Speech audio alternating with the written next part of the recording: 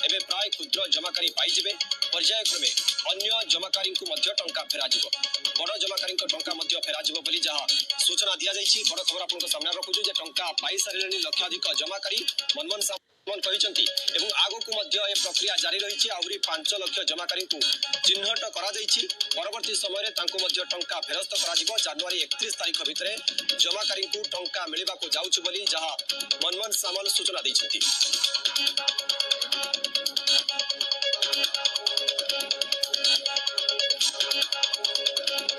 तरफ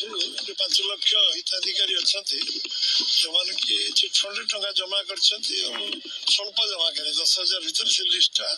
जो मैंने आवेदन करें पैसा फेरस्त दि जो जमा कर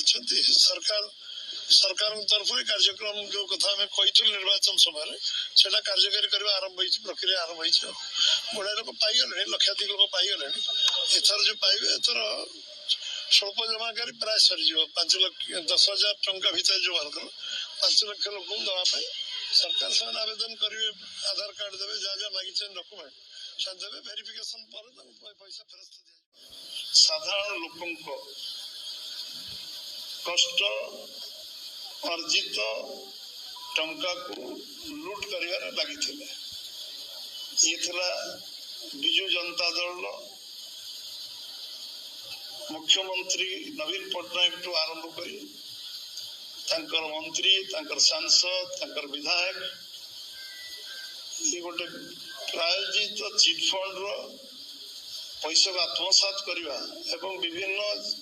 जगार माने दंडित होती जेल जाइए विभिन्न आकार माने वर्ष वर्ष जेल रही एवं विभिन्न लोक ये केस छंदी विगत दिन मान ये प्रायोजित चिटफंड कारण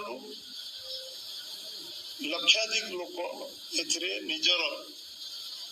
अनिश्चितता भितर दिन काटुले एवं ओडिशा साधारण लोक विश्वसनीयता सरकार उपरे कमी जाइए एवं विभिन्न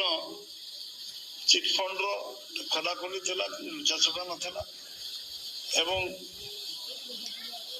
विभिन्न संवर्धित करने विभिन्न प्रकार सार्वजनिक कार्यक्रम में जोग दवा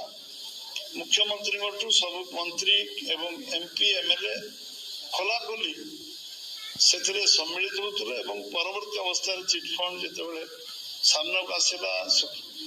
एवं सुप्रीम कोर्ट रो जजमेंट आसला एवं सुप्रीम कोर्ट से विषय इंटरव्यून कले एवं तादरे ये कर्पस फंड डिक्लेयर कले कर्पस फंड पर कमिशन डिक्लेयर कले किंतु क्रियान्वयन है पारला नहीं कारण तांकर नियत ठीक नथिला सरकार को विजु जनता सरकार नियत नथिला एबे आमे संकल्प पत्र विधानसभा इलेक्शन पूर्व पार्लियामेंट निर्वाचन पूर्व आमे घोषणा करथिलु जे चिटफंड जो माने योग्य जमाकारी आमे जेते लोक को पाइबु एवं जो माने आम पाखरे तांकर प्रमाण पत्र सामान्य किछि जोगै परिबे समस्त को आमे टंका फेरस्त दबो आ जमाकारी माने समस्त जहार पैसा जाइछे सरकार रो दायित्व होछि लोक विश्वास विश्वसनीयता रखा एवं जो माने टंका जमा कर सरकार कारण सरकार विश्वास कर जमा से रखते